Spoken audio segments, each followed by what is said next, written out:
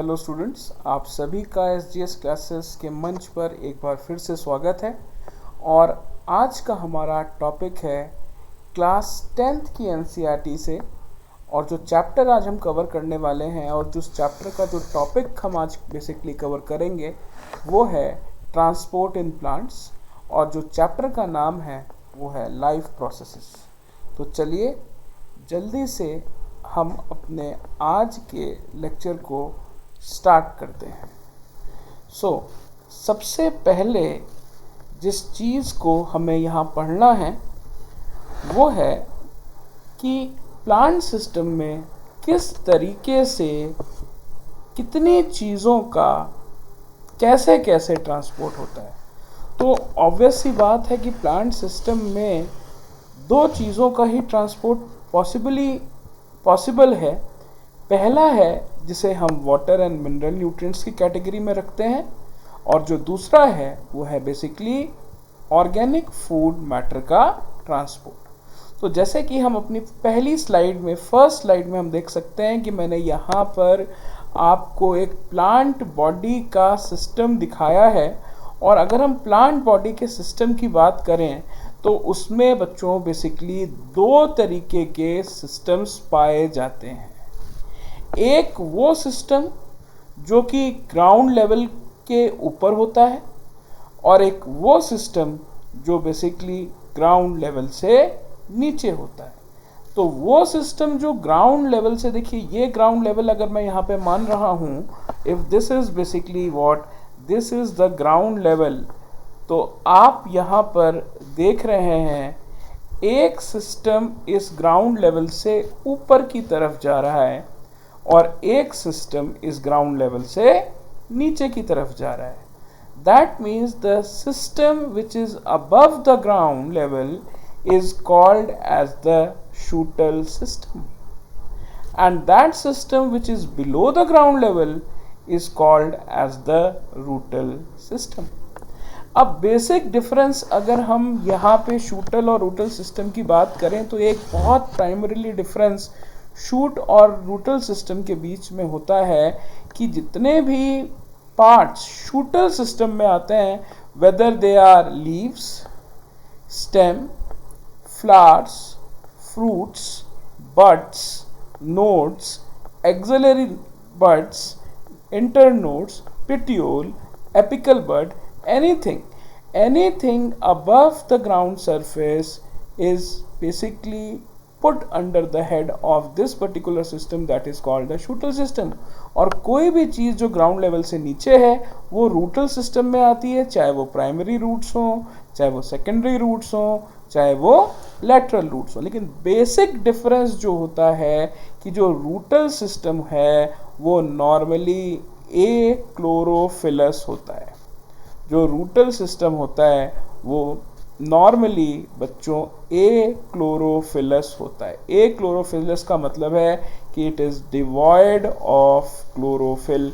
यहाँ पे क्लोरोफिल का प्रेजेंस नहीं होता, तो it is devoid of basically what we call as chlorophyll.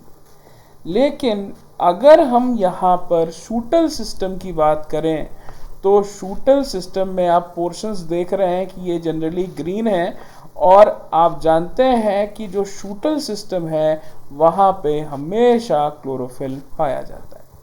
तो ये एक प्राइमरी डिफरेंस है कि जो रूट्स हैं वो ये क्लोरोफिलस होती हैं, लेकिन कोई भी पोर्शन जो कि ग्रीन है और ज़्यादातर पोर्शन जो अबव द ग्राउंड पाया जा रहा है जिसे हम शूटल सिस्टम कहते हैं वो बेसिकली क्लोरोफिलस होता है। That means chlorophyll is present. Now let us see what is the primary role of the shoot system. जितने भी देखिए शूटल सिस्टम के पोर्शंस हैं उनका रोल फोटोसिंथेसिस में है, रिप्रोडक्शन में इन्वॉल्व है क्योंकि फ्लावर्स यहाँ होते हैं, स्टोरेज में लीव्स में फूड मैटर स्टोर हो सकता है, ट्रांसपोर्ट होता है क्योंकि फ्लोएम सिस्टम यहाँ प्रेजेंट है, और हार्मोन्स का बेसिकली ट्रांसपोर्ट भी यही करता है। तो फोटोसिंथेसिस परफॉर्म करना, रिप्रोडक्शन करना, स्टोरेज करना, ट्रांसपोर्ट में इन्वॉल्वमेंट अपना, एंड हार्मोन्स का जो बेसिकली ट्रांसपोर्ट है वो हमारा शूटल सिस्टम करता है। अब अगर हम बात करें बच्चों रूटल सिस्टम की, तो primary role of root is in anchorage, then is absorption, then is storage, then transport, and then the transport of hormones also. अगर बच्चों कभी कोई आपसे पूछे what is the primary role of root, then the primary role of root is not absorption of water and mineral nutrients, it is basically anchorage. क्योंकि अगर वो मजबूती से खड़ा रहेगा तभी एब्जॉर्प्शन का प्रोसेस पॉसिबल है। तो यहाँ पे जो एंकरेज की बात करी गई है ये बेसिकली एक रूट का प्राइमरी रोल है। तो what is the primary role of a root? The primary role of root is anchorage, and then the secondary role I can say, the functional aspect of the root is basically the absorption of water and mineral nutrients. Now coming to the next slide, we are seeing in this slide ki I have actually given a brief review of how the tissues of the plants are in the working state या how they work, right? अब देखिए यहाँ पे एक orange line आपको दिख रही है और देखिए यहाँ पे ब्लू लाइन आपको दिख रही है। तो ये समझा रहा है कि जितने भी फोटोसिंथेसिस के दौरान बने फोटोसिंथेटेट्स हैं या ऑर्गेनिक फूड मैटर हैं वो ग्राउंड लेवल से ऊपर जो हमारा शूटल सिस्टम है वो बनाते हैं, जो हमारा शूटल सिस्टम है वो बनाते हैं। दैट मीन्स कि जो highest concentration of food matter होती है वो उन पोर्शंस ऑफ द शूटल सिस्टम में होती है जहाँ पे वो सिंथेसाइज करते हैं। और प्राइमरली फूड प्रोडक्शन अगर हम मैक्सिमम कंसंट्रेशन की हम बात करें तो हम लीव्स में बच्चों मानते हैं। तो देखिए ये यहाँ पर दिखाया जा रहा है कि this is the highest concentration of food that is synthesise in the leaves. अब देखिए जो फूड है ये प्लांट के अलग अलग पोर्शंस में जा रहा है।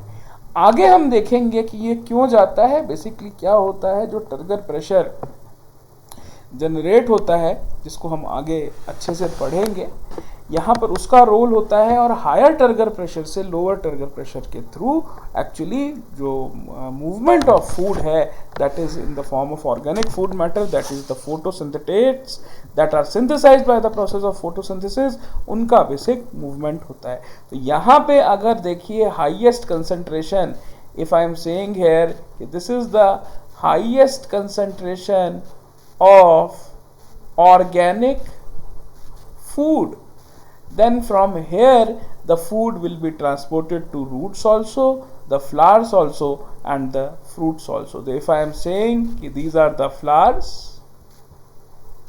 these are the fruits bachcho, and this is the rootal system, this is the rootal system, roots, then this is the highest concentration where the organic food is synthesized and it will be distributed to all other parts of the plant. Now coming to the role of the xylem, soil has the highest concentration of water. Soil की अगर हम बात करें तो इसमें हम देखेंगे कि this is having the highest concentration of water. That means कि यहाँ इस soil से ही ये roots जो हैं ये पानी को एब्जॉर्ब करेंगी और जहाँ जहाँ लोएस्ट कंसंट्रेशन होगी वहाँ पे उसे ट्रांसपोर्ट कर देंगे। अब ये होता कैसे है, एक बार एक ब्रीफ रिव्यू ले लेते हैं। जितने भी शूटल पार्ट्स हैं they actually show the phenomenon of what, they actually show the phenomenon of transpiration. तो what exactly is the meaning of the term transpiration?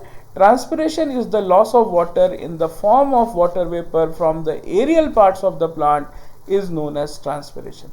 तो but obvious बात है, I repeat the definition, the loss of water in the form of water vapor from the aerial parts of the plant is known as transpiration.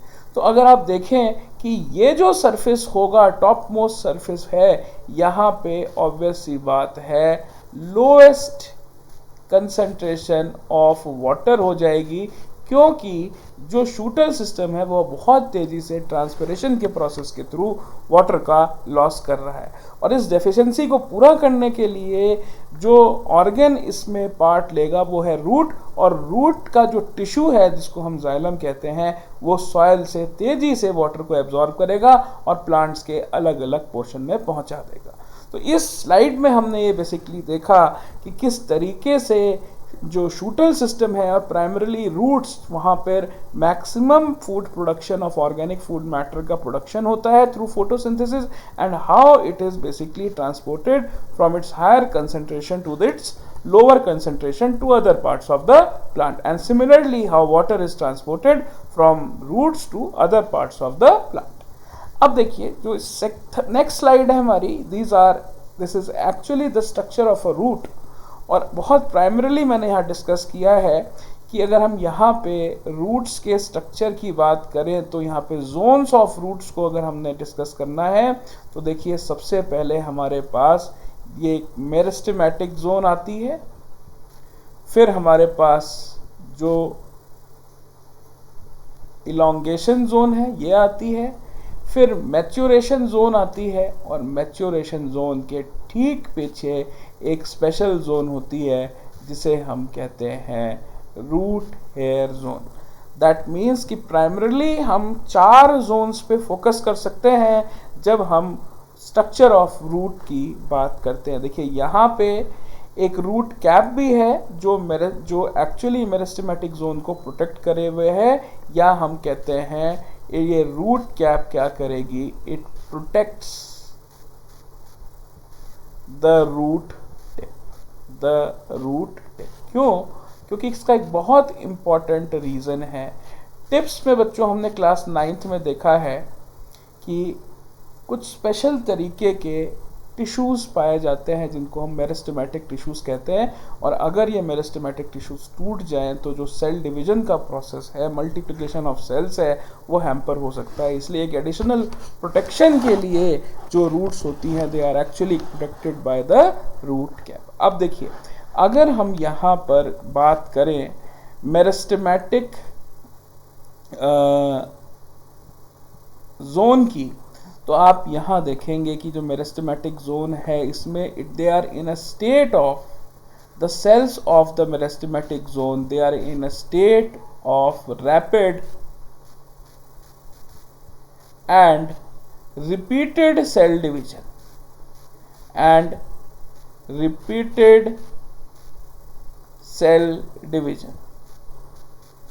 Cell division.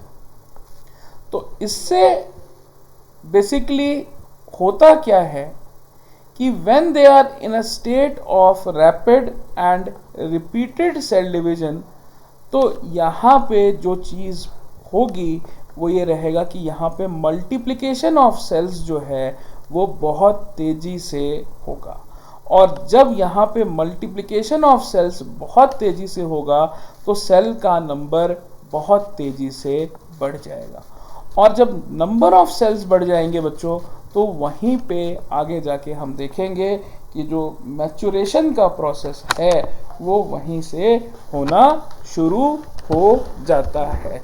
तो जो meristematic zone है इसमें basically क्या होता है कि जो हमारे सेल्स होते हैं they are in a state of rapid and repeated cell division.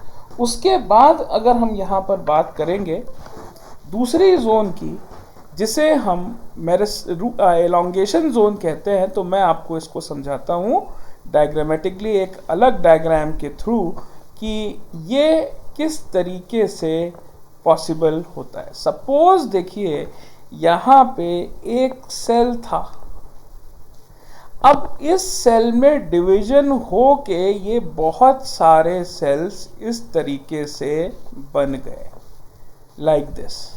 That means हमने देखा कि यहाँ पर सेल्स का they are in a state of rapid and repeated cell division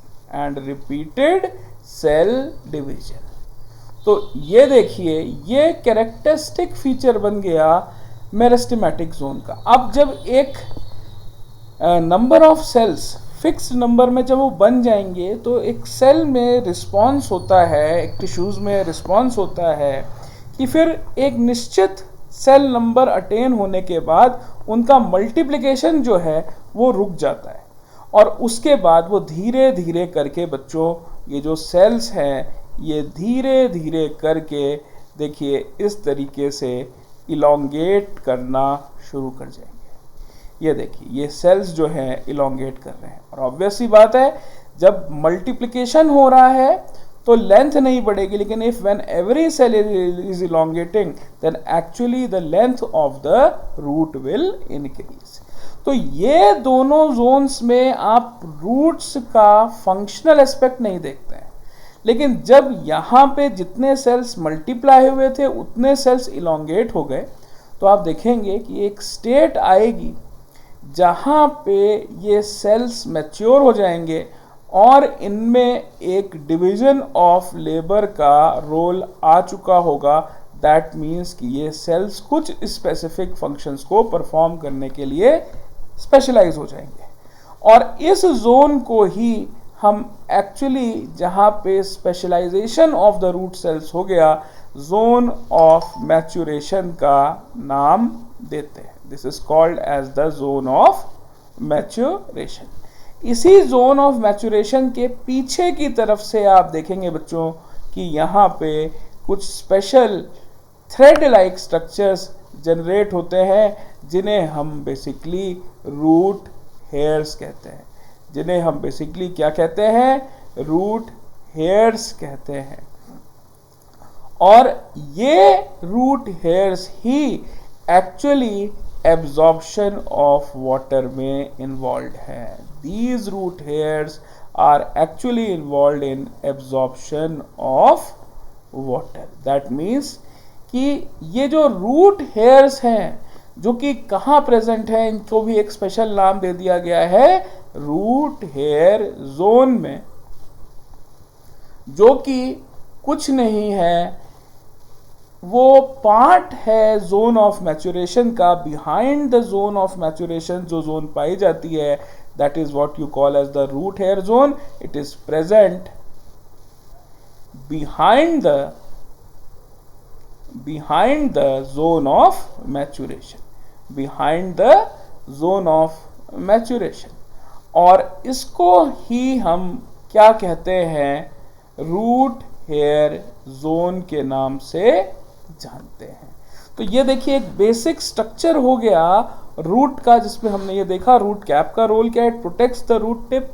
meristematic zone जो है, इसमें जो सेल्स होते हैं they are in a state of repeated and rapid cell division so that a definite number of cells could be maintain. Then हमने देखा कि जो जोन ऑफ इलोंगेशन है उनमें जो मल्टीप्लाइड सेल्स थे मेरिस्टेमेटिक जोन में वो इलोंगेट करते हैं।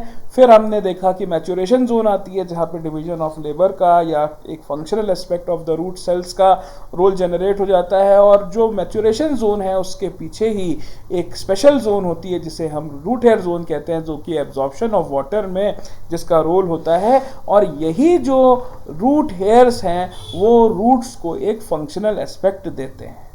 एक सिंपल और सटीक चीज़ मैं आप सभी के साथ शेयर करना चाहता हूँ कि अगर किसी प्लांट सिस्टम में एक भी रूट हेयर प्रेजेंट है, एक भी बच्चों रूट हेयर प्रेजेंट है, तो वो प्लांट जिंदा रह सकता है। लेकिन अगर प्लांट में रूट्स हैं और रूट हेयर्स नहीं हैं तो वो प्लांट सरवाइव नहीं कर सकता। तो that is such a immense importance of what these unicellular structures which are called as root hairs। अब देखिए इस नेक्स्ट स्लाइड में हमने देखा है कि कैसे लीफ में देखिए यहाँ पर फोटोसिंथेसिस हुई, यहाँ पे सूरज की किरणें पड़ी, और जब यहाँ पे सूर्य भगवान की किरणें पड़ी तो आप जानते हैं कि इससे एक प्रोसेस होता है जिसे हम कहते हैं फोटोसिंथेसिस। और इस फोटोसिंथेसिस के थ्रू हमारे पास जो सॉल्युबल शुगर्स होती हैं उनका जनरेशन हो जाता है। सॉल्युबल शुगर्स का जनरेशन हो जाता है। दैट मीन्स कि this leaf is having the highest concentration of soluble sugars, highest concentration of what, of soluble sugars. These leaves are having the highest concentration of soluble sugars. अब देखिए ये एक phloem element यहाँ दिखा रखा है, तो आप देख सकते हैं, अभी हम आगे जाके फ्लोएम के एलिमेंट्स को भी स्टडी करेंगे कि यहाँ पे हाईएस्ट कंसेंट्रेशन शुगर्स की दिखा रखी है और धीरे धीरे करके ये जो शुगर है वो पूरे प्लांट सिस्टम में डिस्ट्रीब्यूट हो जाएगी। अब यहाँ पे थोड़ी सी अब बात देखिए, sugar sleeve sieve tube water flows by osmosis. तो होता क्या है, वाटर आगे फ्लो करता रहता है और उसके ठीक पीछे पीछे जो शुगर है वो भी डिस्ट्रीब्यूट होती रहती है। इसकी डिटेल स्टडीज़ को हम लोग क्लास 11th में करते हैं। तो अभी इस डायग्राम से आपको इतना ही समझना ज़रूरी है कि लीफ सरफेस से फ्लोएम एज अ टिश्यू के थ्रू जो है बेसिकली शुगर्स का अलग अलग पार्ट्स में ट्रांसपोर्ट हो जाता है। अब देखिए हम धीरे धीरे करके हम जो वैस्कुलर स्ट्रक्चर्स हैं जो कि एब्जॉर्प्शन ऑफ वाटर में और आगे भी हम पढ़ लेंगे translocation that is transport of organic food matter में हेल्प करते हैं, उनके बारे में स्टडी करने जा रहे हैं। और ऐसा ही हमारा पहला जो स्ट्रक्चर है दैट इज द जाइलम। तो हम यहाँ पे पढ़ने वाले हैं बच्चों एलिमेंट्स ऑफ जाइलम। तो जाइलम का बेसिक काम देखिए, हमें ये कहना कि absorption of water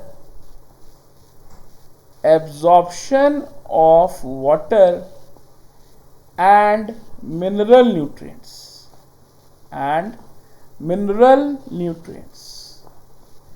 अगर हम आपसे पूछें what is the role of xylem, तो 99% बच्चे यही आंसर कहते हैं कि its role is in the absorption of water and mineral nutrients. लेकिन मैंने आपको बताया है कि अगर आपसे ये पूछा जाए what is the main role of a root, then that is anchorage, and main role of xylem is absorption of water and mineral nutrients.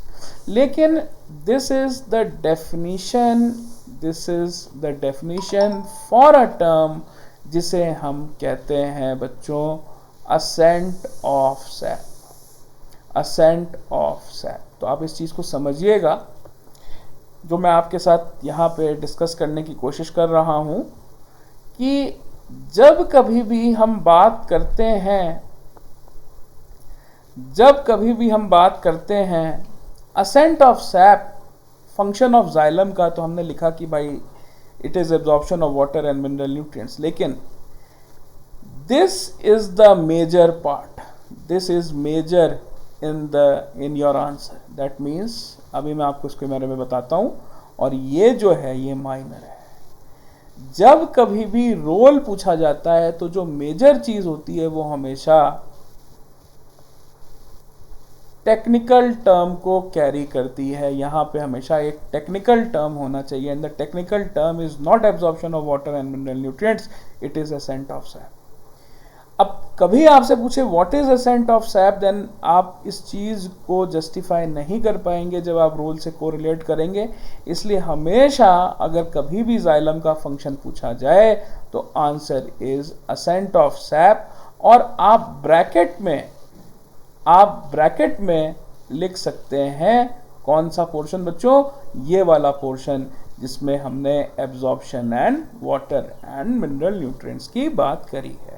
So what is the exact function of xylem? Let us revise. The function of xylem is basically ascent of sap.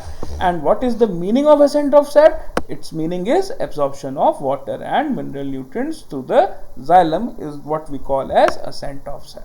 Now seeing the elements of xylem, there are 4 basic elements of xylem: tracheids, vessels, fibers and parenchyma. That means tracheids and vessels तो आपको बहुत commonly हमने यहाँ पे पढ़ाना है, लेकिन जो ये फाइबर्स हैं इनका दूसरा नाम है जाइलम स्क्लेरेन्काइमा। देखिए जहाँ पे भी फाइबर आ गया वो एक डेड टिश्यू होगा। तो इस जाइलम फाइबर को हम जाइलम स्क्लेरेन्काइमा भी कहेंगे और जाइलम पेरेन्काइमा को हम जो सिंपली यहाँ पेरेन्काइमा लिखा है इसको हम जाइलम पेरेन्काइमा कह देते हैं। अब अगर आप यहाँ पर बात करें कि how many elements of xylem are there are basically 4 elements of xylem. This is the first element tracheids, second is the vessels, third is the xylem fibres या xylem sclerenchyma and 4 is the parenchyma. देखिए parenchyma कहीं पे आ गया, ये हमेशा living cells से बनता है। तो देखिए इस डायग्राम में हमने चारों एलिमेंट जाइलम के दिखाए हैं बच्चों, जाइलम वेसल, जाइलम फाइबर, जो जाइलम ट्रकीड्स हैं और जाइलम पेरेन्काइमा। तो this was the basic component जहां पे हमने ये देखा कि जाइलम के कितने एलिमेंट्स होते हैं। अब now coming to the characteristics of the different elements of xylem, first are the tracheids. तो ट्रकीड्स की अगर हम बात करें और कंपोनेंट्स ऑफ जाइलम की बात करें तो ट्रकीड्स का पहला कैरेक्टरिस्टिक यही होता है कि they are made up of elongated cells with flat and tapering ends. मतलब अगर हम इसकी बात करेंगे तो इसका स्ट्रक्चर बच्चों कुछ इस तरीके से होगा। सेल वॉल कंटेन्स पिट्स, ये देखिए पिट्स का मतलब होता है कि कुछ cavities which facilitate the flow of water from cell to another. जैसे ये हमने प्राइमरी वॉल रखी है जाइलम की, तो आप ये देखिएगा ये एक चीज मैंने बनाई और ये देखिए ये दूसरी चीज बनाई। अब ये जो गैप बचा इसी को हम क्या कहते हैं, इसी को हम पिट कहते हैं। और आप देखेंगे कि जो मूवमेंट है वाटर का वो एक्चुअली इसी तरीके से होता है। जो मूवमेंट है वाटर का वो इसी तरीके से इन्हीं के थ्रू होता है। अब कहाँ से, ये देखिए ये वाटर का मूवमेंट इस तरीके से हो जाएगा। तो ये 10th लेवल में इतना इंपॉर्टेंट नहीं है, लेकिन आपको फिर भी पता होना चाहिए। अब देखिए it forms the structural component of the xylem. Tracheids की अगर बात करें तो ये 3 मेजर इंपॉर्टेंट पॉइंट्स हैं। अब आप जाइलम वेसल्स की अगर हम बात करें कि यहाँ देखिए कि it is composed of dead cells, they are tubular structures and are much broader than tracheids. तो बहुत सिंपल सी बात है। अगर हम यहाँ पर बात करते हैं ट्रकीड्स की और वेसल्स की, तो जो उनमें बेसिक डिफरेंस है कि जो ट्रकीड है वो they are much elongated and are less broader, लेकिन जो वेसल्स होती हैं वो ज़्यादा ब्रॉडर होती हैं, लाइक दिस। ये देखिए, ठीक है। तो ये देखिए, और ये वॉल्स ऑफ जाइलम की अगर हम बात करें तो बच्चों वॉल्स ऑफ जाइलम जो है लिग्निन की बनी होती है, इसीलिए हम इसको बोलते हैं लिग्निफाइड वॉल्स होती हैं जाइलम की जनरली। तो they are arranged end to ends end on top to one another such as a pipeline. Cell walls at both the ends degenerate when the cell dies. As a result, stacked vessels become continuous tubes. अब जो xylem vessels हैं, they are the structural components of xylem. तो obvious सी बात है tracheids और vessels they are the structural components of xylem. अब एक इम्पॉर्टेंट चीज़ है, जब हम जाइलम पेरेन्काइमा की बात करते हैं तो जाइलम के जो चारों एलिमेंट्स हैं उसमें जो पेरेन्काइमा पोर्शन होता है वही सिर्फ क्या होता है, लिविंग होता है। ये देखिए बहुत इंपॉर्टेंट है। तो parenchyma is the only component of xylem which is living. तो they consist of living parenchymatous cells. They are also the structural component of xylem. और इनका मेन काम क्या है, देखिए पेरेन्काइमा बच्चों कहीं पे भी आएगा तो उसका जो मेन काम होता है वो होता है स्टोरेज।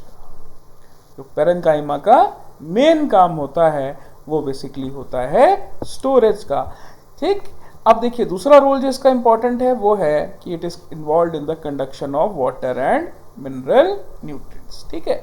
अब हम आ रहे हैं फाइबर्स पे या हम जाइलम स्क्लेरेन्काइमा पे। तो ऑब्वियस सी बात है ये सिर्फ और सिर्फ सपोर्ट के लिए इम्पॉर्टेंट है। तो अगर आप ट्रकीड्स के फंक्शंस की बात करके यहाँ देखें, they provide a network of hollow connected cells for transport of water, provides mechanical. देखिए फर्स्ट फंक्शन ले सकते हैं कि एक ऐसा नेटवर्क जो कि ट्रांसपोर्ट ऑफ वाटर में इन्वॉल्व है। दूसरा फंक्शन कि it provides mechanical support by developing various types of thickenings in the air walls. अगर हम जाइलम वेसल्स का पर्टिकुलर फंक्शन की बात करें, they allow free flow of water and mineral nutrients in vertical direction from roots to the leaves. तो obvious ही बात है, रूट से लीफ तक वाटर एंड मिनरल्स का ट्रांसपोर्ट जिस फॉर्म में होता है उसे हम बेसिकली वर्टिकल ट्रांसपोर्ट का नाम देते हैं। And this is the role of xylem vessels.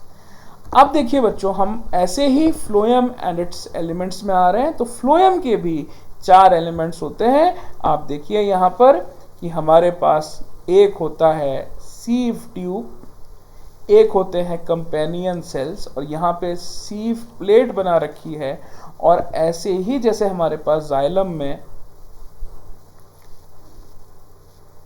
ये देखिए पहला एलिमेंट सीव ट्यूब, जिस तरीके से जाइलम में 4 एलिमेंट्स थे, ऐसे ही हमारे पास फ्लोएम में भी 4 एलिमेंट्स होंगे।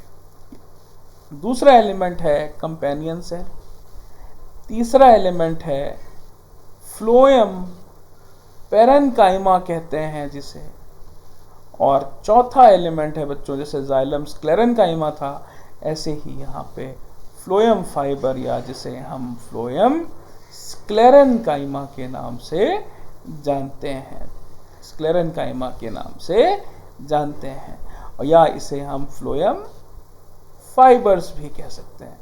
तो मैं एक चीज़ को क्लियर करना चाहता हूँ कि यहाँ पे देखिए जो फ्लोएम है उसका सिर्फ एक कंपोनेंट नहीं है, उसके से एक्चुअली जो 4 कंपोनेंट्स हैं, और चारों कंपोनेंट्स मिलकर एक कलेक्टिव रोल परफॉर्म कर रहे हैं, एक कलेक्टिव फंक्शन परफॉर्म कर रहे हैं, और उस कलेक्टिव फंक्शन को हम बेसिकली क्या कहते हैं, translocation of organic food matter.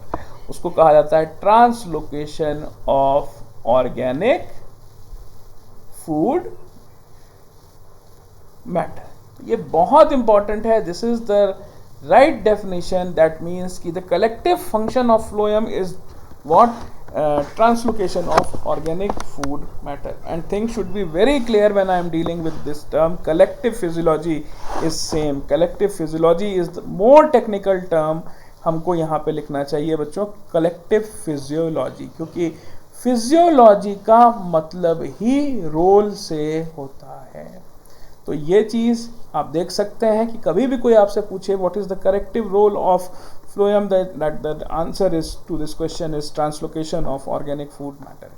अब इसमें देखिए फ्लोएम सेल्स जो होते हैं they are alive. Sieve tube elements lack nucleus and cytoplasm, तो इसमें कभी भी प्रोमिनेंट न्यूक्लियस और साइटोप्लाज्म नहीं होता। लेकिन यहाँ पे जो सेकेंड एलिमेंट है, ये देखिए आप यहाँ पे डायग्राम में भी देख सकते हैं, जहाँ कंपेनियन सेल बनाया हुआ है, यहाँ पे ये देखिए ये न्यूक्लियस बनाया हुआ है। तो सीव ट्यूब यहाँ पे आप देखेंगे कि जो कंपेनियन सेल्स होते हैं यहाँ पर prominent nucleus and dense cytoplasm present होता है। Companion cells are attached to sieve tube elements via plasmodesmata. तो plasmodesmata is the connecting structure through which the companion cells are connected to sieve tube elements. A very important question regarding sieve tube is कि अगर हम बच्चों यहाँ पे एक question आपसे पूछते हैं कि the only living plant cell without nucleus की अगर हम बात करें, प्लांट सेल विदाउट न्यूक्लियस, तो जो इसका आंसर आता है वो आता है सीव सेल्स या सीव ट्यूब। तो दोनों बात एक ही है बच्चों, जब सेल्स जुड़ जाते हैं तो वो ट्यूबुलर फॉर्म में आ जाते हैं, जिन्हें हम बेसिकली क्या कहते हैं, सीव ट्यूब। तो this is an important question, क्योंकि देखिए जो फ्लोएम सेल्स है अलाइव हैं, न्यूक्लियस और साइटोप्लाज्म सीव ट्यूब में नहीं पाया जाता, but still they are living. तो इन दिस स्लाइड हमने बेसिकली 4 कंपोनेंट्स देखे फ्लोएम के, जिसमें हमने देखा sieve tube, companion cell, phloem parenchyma and phloem sclerenchyma. These were the 4 important components of phloem which was involved in the translocation of organic food matter. और चारों का मिला जुला काम क्या है? Translocation of organic food matter करवाना। अब देखिए हम यहाँ डिफरेंस देख रहे हैं जाइलम एंड फ्लोएम का। तो अगर हम यहाँ पे बात करें जाइलम एंड फ्लोएम की, तो आप बेसिक डिफरेंस देखिए कि जब हम बात करते हैं जाइलम की, ये देखिए यहाँ पे हम बच्चों ये जाइलम की हम बात करने वाले हैं, ये नीचे लिखा भी है, मैं ऊपर एक बार और लिख देता हूँ। और ये देखिए ये हम बात कर रहे हैं फ्लोएम की। तो जब हम जाइलम की बात कर रहे हैं तो जाइलम का मेन काम है water, transport of water and mineral nutrient, जिसको हम क्या कहते हैं? असेंट ऑफ सैप के नाम से आता है। फ्लोएम का मेन काम क्या है? Conduction of water and food, क्योंकि फूड में पहले आप आगे जाके देखेंगे कि जब पहले वाटर मूव करता है तभी पीछे से फूड मूव करना शुरू करता है। तो इस प्रोसेस को बच्चों हम कहते हैं ट्रांसलोकेशन। अब जो movement of water and mineral nutrients होता है, ये फर्स्ट इंपॉर्टेंट पॉइंट है डिफरेंस का। तो फर्स्ट ये हो गया बच्चों, फर्स्ट ये हो गया। सेकंड इज कि only one way flow of sap is possible, but in case of phloem 2 way flow of sap is possible, that is from roots to basically leaves also and leaves to roots also. तो हमने दोनों terminals को यहाँ consider कर लिया है। अब जो वॉल्स ऑफ जाइलम होती हैं वो जनरली डेड होती हैं, और डेड जहाँ जहाँ लिग्निन होगा बच्चों वो स्ट्रक्चर डेड हो जाता है। तो लिग्निफाइड वॉल्स होती हैं जाइलम की, इसलिए वो डेड होती हैं। सेल वॉल की बात करें अगर हम फ्लोएम की, तो वो सेल्यूलोज की बनी होती हैं, और इसीलिए जो फ्लोएम है वो लिविंग में आता है। अब देखिए जाइलम की हम बात करें, फोर्थ पॉइंट, तो cells have no end walls between them. लेकिन क्या करते हैं कि देखिए यहाँ पे ये देखिए सेल टू सेल के बीच में एंड वॉल विद परफोरेशंस प्रेजेंट हैं, जिनके through basically conduction of food matter होता है। तो this is the primary 4 differences between xylem and phloem. Now this देखिए यहाँ पे स्लाइड में हमने वही डिफरेंसेस की बात करी है कि फ्लोएम का फंक्शनल रोल क्या है? Transportation of organic food matter, जिसे हमने क्या कहा? ट्रांसलोकेशन नाम दिया टेक्निकल एस्पेक्ट में। जाइलम का काम क्या है? Transportation of water and mineral ion, जिसको हमने बेसिकली टेक्निकल टर्म में क्या नाम दिया बच्चों? Ascent of sap. अब मूवमेंट की अगर हम बात करें, फ्लोएम के through it is bidirectional, xylem के through it is unidirectional. Elements की अगर हम बात करें तो sieve tube elements, companion cells, and they are, यही एक ऐसा एलिमेंट है जिसमें न्यूक्लियस प्रेजेंट है जब हम फ्लोएम की बात करते हैं। फ्लोएम पेरेन्काइमा, फ्लोएम फाइबर होता है। ऐसे ही जाइलम में ट्रैकीड्स होते हैं, वेसल्स होते हैं, जाइलम पेरेन्काइमा होता है और जाइलम फाइबर्स होता है। नेचर ऑफ टिश्यू की अगर बात करें, they are living tissues with little cytoplasm but no nucleus. बहुत इंपॉर्टेंट है, फ्लोएम में तो लिविंग टिश्यूज तो होते हैं लेकिन they do not have nucleus. इसको मैं पहले ही डिस्कस कर चुका हूँ कि sieve tube elements are the only elements in the plant system which are living but they do not possess a nucleus. लेकिन जो जाइलम होता है वो हमेशा डेड ही होता है। तो these are the 4 basic differences between phloem and या जाइलम एंड फ्लोएम। अब देखिए बच्चों, ये जो चीज़ हमारी अब ये जो स्लाइड्स आ रही हैं, ये बेसिक वो स्लाइड्स हैं जो कि हमारे एनसीईआरटी का कंटेंट है। तो चलिए सबसे पहले transport of water and mineral nutrients की बात करते हैं, जिसको टेक्निकल लैंग्वेज में हम क्या कहते हैं? असेंट ऑफ सैप कहते हैं। ये आपको समझ में आ जाएगा। तो इसके लिए जो टिश्यू कंसर्न है, ऑब्वियसली बात है, वाटर एंड मिनरल न्यूट्रिएंट्स का ट्रांसपोर्ट हो रहा है, असेंट ऑफ सैप हो रहा है। जो टिश्यू कंसर्न होगा वो जाइलम होगा। इसका डायग्रामेटिक रिप्रेजेंटेशन हम यहाँ पर दे चुके हैं। तो देखिए सबसे important point number 1, soil is the natural and richest source of raw material for plants. ये तो होता ही है क्योंकि सॉइल से ही उसको बेसिकली वाटर और मिनरल न्यूट्रिएंट्स मिलते हैं, क्योंकि जो ह्यूमस होता है सॉइल में वो आप देखिए कि वो रिचेस्ट सोर्स ऑफ मिनरल्स हैं, वो ऑर्गेनिकली रिच होता है। और from here the actually the roots through the absorption of water process they actually absorb water and mineral nutrients। अब देखिए raw materials like nitrogen, phosphorus and other elements are absorbed by the plants from soil by roots। ये मैंने इसी point में देखिए बच्चों discuss कर लिया। Point number 3, plants absorb water and mineral nutrients from soil by roots and transport to leaves। ये भी हम डिस्कस कर चुके हैं। Fourth, as the distance between roots and leaves is large, diffusion is not sufficient to provide raw material to leaves and energy to roots। अब देखिए ये एक इंपॉर्टेंट चीज है, लिखा है as the distance between the roots and the leaves is large, diffusion is not sufficient to provide raw material to leaves and energy to roots। बहुत technical बात है बच्चों कि जब भी हम बात करते हैं डिफ्यूजन की, तो डिफ्यूजन का मतलब होता है movement of particles of matter from a region of their higher concentration to a region of their lower concentration until the concentration becomes same throughout. This was the primary definition of diffusion. But diffusion जो है वो हमेशा जो है short transport system का part होता है। Diffusion is a part of short transport.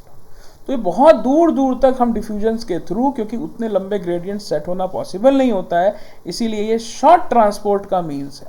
तो बेसिकली जो आगे जाके बड़ी क्लासेस में आप पढ़ेंगे कि जो लॉन्ग डिस्टेंस ट्रांसपोर्ट होता है, जो लॉन्ग डिस्टेंस ट्रांसपोर्ट होता है उसका जो मेन कारण होता है, मेन कॉज होता है, वो आप देखेंगे कि जो प्रेशर डिफरेंसेस जनरेट होते हैं, जो टर्गर प्रेशर्स के थ्रू डिफरेंसेस जनरेट होते हैं, that is the main cause of transport. तो जो आपका डीपीडी या जो वाटर पोटेंशियल है उसके कारण ही ये चीज पॉसिबल है। अब plants use slow transport system. देखिए फोर्थ पॉइंट को हम क्लास 11th में ज़्यादा अच्छे से मैकेनिस्टिकली डील कर पाएंगे। अब देखिए हमारे पास पॉइंट नंबर 5 जो है कि plants use slow transport system but large as required in plants to transport energy from leaves and raw materials from roots. बहुत इंपॉर्टेंट है ये भी कि जो एनर्जी है वो स्लो ट्रांसपोर्ट सिस्टम होता है, क्योंकि जो प्लांट्स होते हैं उनकी हाइट जब बहुत ज़्यादा हो जाती है तो वो वहाँ पर जो भी ऑर्गेनिक मैटर पहुँचेगा, चाहे वो फूड का कंटेंट हो, चाहे वो वाटर का कंटेंट हो थ्रू द रिस्पेक्टिव ऑर्गन्स, उसका जो रेट ऑफ ट्रांसपोर्ट होगा वो स्लो होगा। अब देखिए group of specialised cells forming vascular tissues transport water and nutrients to all the cells of the plant. तो ये जो स्पेशल टिश्यूज की बात कर रहा है ये बच्चों जाइलम की बात कर रहा है, जब हम बात कर रहे हैं transport of water and mineral nutrients की, और ये चीज़ हम डिस्कस कर चुके हैं। और ऐसे देखिए 2 तरीके के वैस्कुलर टिश्यूज की एनसीईआरटी ने बात करी है। एक को हम जाइलम कहते हैं, एक को हम फ्लोएम कहते हैं। जाइलम का मेन काम क्या है? देखिए असेंट ऑफ सैप। ये जो जितने भी पॉइंट्स एनसीईआरटी में, जितनी भी ये चीज़ें एनसीईआरटी में हैं, इनको मैंने पॉइंट वाइज अरेंज कर दिया है, तो आपके लिए ये नोट्स बनाने के लिए बहुत आसान हो जाएगा। तो what is the main role of xylem? The main role of xylem is again transport of water and mineral nutrients, technically called as ascent of sap. मैं बार बार इस चीज को लिख रहा हूं, दैट मीन्स कि it should be in a habit to write ascent of sap and not transport of water and mineral nutrients. Phloem basically photosynthesis के थ्रू जो ऑर्गेनिक मैटर है उसको ट्रांसपोर्ट करेगा। हमने देखा कि vessels and tracheids of the roots ये किनके एलिमेंट्स हैं बच्चों, बेसिकली हमने डिस्कस कर लिया है जाइलम के। तो ये जाइलम तो देखिए, जाइलम तो रूट में भी पाया जा सकता है, जाइलम स्टेम में भी होता है, जाइलम लीफ में भी होता है। तो जाइलम कहीं पे भी हो, जाइलम के एलिमेंट्स वही रहेंगे और ये एक कंटिन्यूअस सिस्टम के फॉर्म में कनेक्टेड रहते हैं, जिनका मेन काम क्या है, असेंट ऑफ सैप। अब देखिए नेक्स्ट चीज की अगर हम बात करें, नेक्स्ट पॉइंट की, तो cells in the roots which are in contact with the soil take up ions which create a small difference of concentration. ये मैं आपको समझाता हूं। मान लीजिए यहाँ पे ये है हमारा सॉइल और सॉइल में हमारे पास क्या है, पानी। ये देखिए वाटर है और ये देखिए मैं यहाँ पर एक रूट हेयर बना रहा हूं। तो अगर हम आपसे कहते हैं कि यहाँ सॉइल में हाई कंसंट्रेशन है बच्चों किसकी, वाटर की, और ये जो हमारा रूट का सैप है, जो हमारा यहाँ रूट का सैप है, एक बार मैं आपको यहाँ पे बना के ठीक से दिखा रहा हूं। ये देखिए ये रूट है और ये देखिए यहाँ पे इस तरीके से बनाते हैं इसको, ये इस तरीके से, ये अगर हमारा मान लीजिए आप रूट हेयर है, this is basically what, root hair. तो यहाँ पे देखिए ये सॉइल है और ये सॉइल में वाटर है and this water is having high, यहाँ पे हाई कंसंट्रेशन है किसकी, वाटर की। तो ऑब्वियस सी बात है सॉइल से जो वाटर है वो कहाँ जाएगा बच्चों, ये देखिए ये हम बना रहे हैं जो रूट हेयर का सैप है। तो यहाँ पे अगर हम बोलते हैं कि लो कंसंट्रेशन है वाटर की, तो सबसे पहले जो प्रोसेस होता है एब्जॉर्प्शन ऑफ रूट में वो होता है एडजॉर्प्शन। तो सरफेस पे कुछ सब्सटेंसेस होते हैं सेल वॉल के जो कि वाटर को सरफेस में एब्जॉर्प्शन करते हैं, सरफेस पर ही एब्जॉर्ब कर लेते हैं और वो प्राइमरली एक ग्रेडियंट बना देते हैं। और इस एडजॉर्प्शन का प्रोसेस जो होता है, जिसको हम बेसिकली बच्चों क्या कहते हैं, सरफेस एब्जॉर्प्शन के नाम से भी जानते हैं। और ये सरफेस एब्जॉर्प्शन जिस प्रोसेस में होता है उसे हम कहते हैं इम्बाइबिशन। तो फर्स्ट स्टेप अगर हम यहां लिखें, first step during water absorption, during water absorption की अगर हम यहां पे बात करें, तो first step during water absorption क्या होता है, first step during water absorption is imbibition. और उसके बाद हम कह सकते हैं डिफ्यूजन पॉसिबल है। तो जब इम्बाइबिशन हो गया और जब देखिए ये डिफ्यूज कर गया अंदर, तो हाई कंसंट्रेशन से लो कंसंट्रेशन की तरफ वाटर डिफ्यूज हो गया। और इसीलिए कहा जाता है कि जो रूट हेयर्स हैं उनका यहाँ पर बहुत इम्पॉर्टेंट रोल है, क्योंकि वो हाई कंसंट्रेशन और लो कंसंट्रेशन की सेंसिटिविटी को परसीव करके प्लांट के लिए सेंसर्स की तरह काम करते हैं कि कब प्लांट सिस्टम में वाटर की कंसंट्रेशन कम हो रही है। और सॉइल में अगर सफिशिएंट वाटर है तो वो उस समय क्या करेंगे, सॉइल से वाटर को एब्जॉर्ब करके प्लांट सिस्टम तक पहुंचा देंगे। तो this is basically the meaning of our 11th point which is given in NCERT. अब देखिए, water is moved into xylem of roots and from where it is pushed upward, ये हमने बात कर ली है।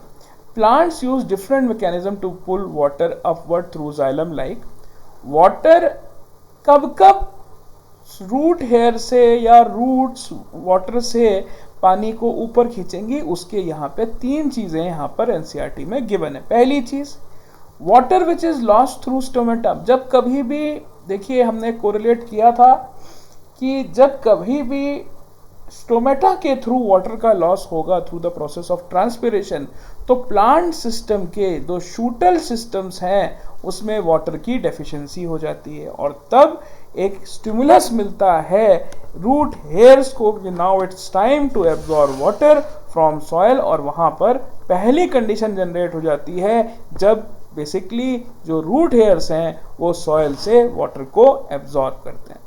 अब now coming to the next situation where plants can absorb water is evaporation of water from surface। Obvious सी बात है, ये जो पहली चीज थी ये लॉस ऑफ वाटर था, किस कारण से? स्टोमेटल ओपनिंग के थ्रू, स्टोमेटल ओपनिंग्स के थ्रू। सेकेंड केस में नॉर्मल फिजिकल मोड की हम बात करें तो इवेपोरेशन। थर्ड केस में आप जानते हैं loss of water, water vapour के फॉर्म में अगर हो रहा है जनरल बॉडी सरफेस से तो उसको ट्रांसपिरेशन कहते हैं। तो ये दोनों चीजें हमारे पास जनरल बॉडी सरफेस से होती हैं। तो ये तीन कंडीशन हो सकती हैं, evaporative loss of water, loss through stomata and loss through basically transpiration. ये तीन चीजें कॉज बनती हैं एब्जॉर्प्शन ऑफ वाटर के लिए। तो बच्चों अगर आपसे पूछा जाए कि what creates the need of water of absorption, so these are the 3 points that you should write. When the water which is lost through stomata is replaced by water absorbed by the roots. Second is evaporation of water from leaves creates a suction force which pulls water upward, and the third thing is loss of water in the form of water vapor through the process of transpiration. अब देखिए importance of transpiration की यहाँ पे, हालांकि इस chapter में इसकी need नहीं थी लेकिन फिर भी लिखा हुआ है कि what is the importance of water. तो it regulates temperature, helps in absorption of water and mineral nutrients, and second is when stomata are open during daytime large amount of water is lost and thus upward movement of water also becomes more. इस point को हम आगे जाके second point को absorption of water and mineral nutrients upward of water and ये जो है ये हम क्लास 11th में बच्चों एक थ्योरी के रूप में पढ़ेंगे जिसे हम ट्रांसपिरेशन पुल थ्योरी के नाम से जानते हैं, which is the main cause. अगर आपसे पूछा जाए what is the main cause of absorption of water, तो एक्चुअली वो है मेन कॉज ऑफ, हम कहें वाटर एब्जॉर्प्शन, तो वो है transpiration pull.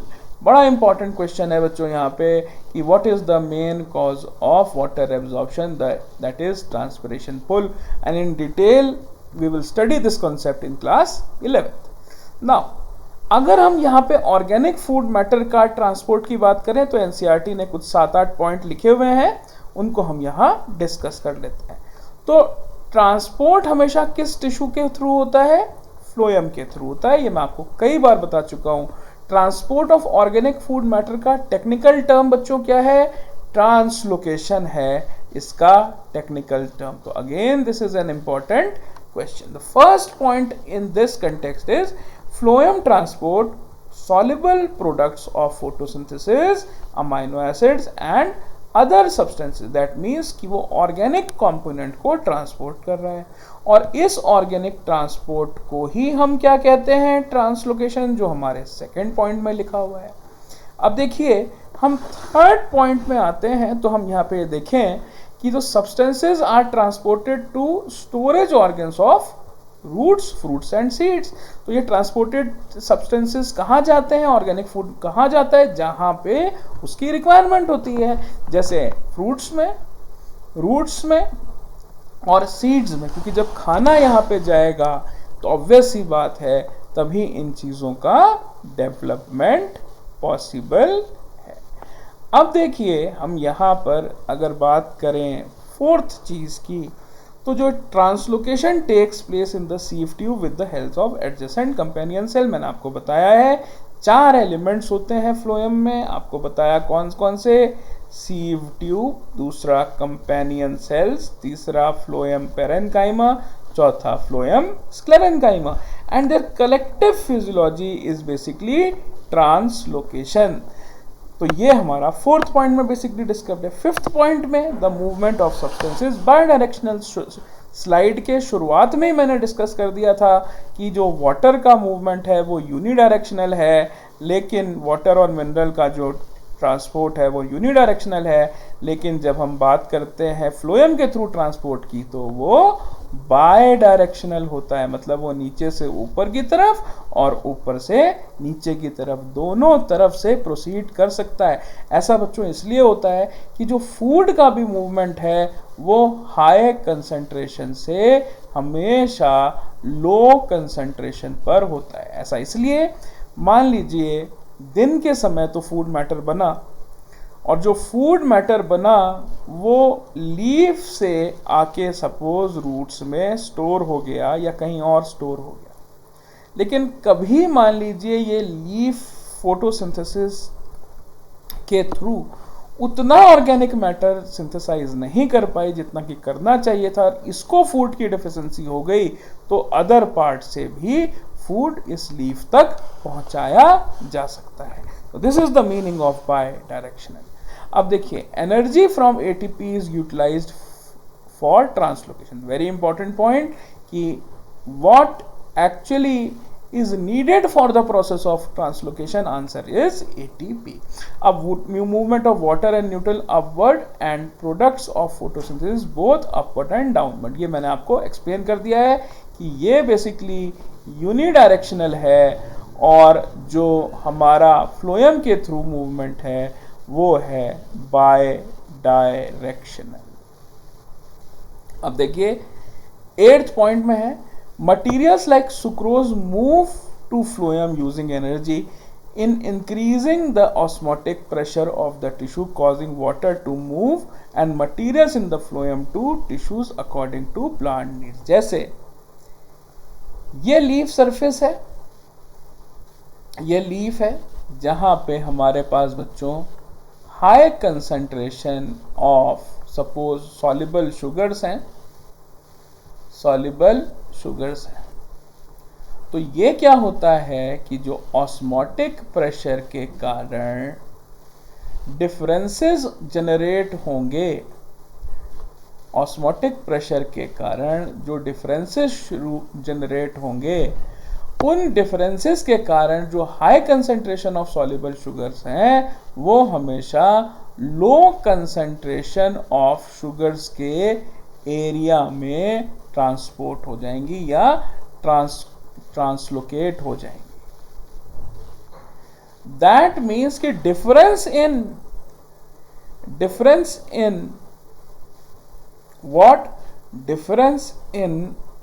The osmotic pressure is the main cause of translocation. ये हमारा ये पॉइंट है 8। और लास्ट पॉइंट ये है कि जितने भी buds grow, example when the buds grow these need energy and sugar stored in the roots और stem would be transported to the buds as sugars is an energy giving molecule. तो ये बहुत important है कि यहाँ पे development के लिए अगर हम बात करें किसी भी चीज़ की, जहाँ पे मान लीजिए यहाँ पर बात करी गई है बड डेवलपमेंट की, तो इस बड डेवलपमेंट के लिए ATP as source of energy और जो शुगर्स हैं यहाँ पर ये दोनों ही रिक्वायर्ड हैं अगर हम बात करते हैं किसी भी पार्ट ऑफ द प्लांट के डेवलपमेंट के लिए। तो sources of energy plus the sugars to get the energy requirement, these are the two basic requirements for any process of development that is taking place inside the plant body. So आज के मेरे lecture में ये मैंने एक complete discussion किया है about how the translocation of organic food matter will take place right from the very starting, जहाँ पे हमने प्लांट बॉडी को डिस्कस किया, उसके बाद हमने ट्रांसपोर्ट इन प्लांट्स की बात करी, पार्ट्स में बेसिक 2 पार्ट्स देखे, शूटल और रूटल पार्ट, हमने स्ट्रक्चर ऑफ रूट को डिस्कस करा, हमने ट्रांसलोकेशन ऑफ शुगर का जनरल ओवरव्यू दिया आपको, हमने एलिमेंट्स ऑफ जाइलम आपके साथ डिस्कस किए, हमने जाइलम के एलिमेंट्स के फंक्शंस आपके साथ डिस्कस करे। हालांकि बच्चों ये बहुत डिटेल में क्लास 10th में नहीं पूछा जाता, तो प्राइमरी रोल ही आपको याद रखना है कि जाइलम का प्राइमरी रोल है असेंट ऑफ सैप और फ्लोएम का प्राइमरी रोल है basically translocation of organic food matter. यहाँ पे देखिए इस स्लाइड में हमने फ्लोएम के एलिमेंट्स के भी फंक्शंस डिस्कस करे, फिर आपके बीच साथ हमने डिफरेंस जाइलम और फ्लोएम का क्या होता है वो डिस्कस करा, फिर एक इसमें भी हमने जाइलम एंड फ्लोएम का कंपैरेटिव जो स्कूल लेवल पे पूछा जा सकता है 2 मार्क्स में कि what is the primarily difference between an xylem and phloem, ये हमने आपके साथ डिस्कस करा।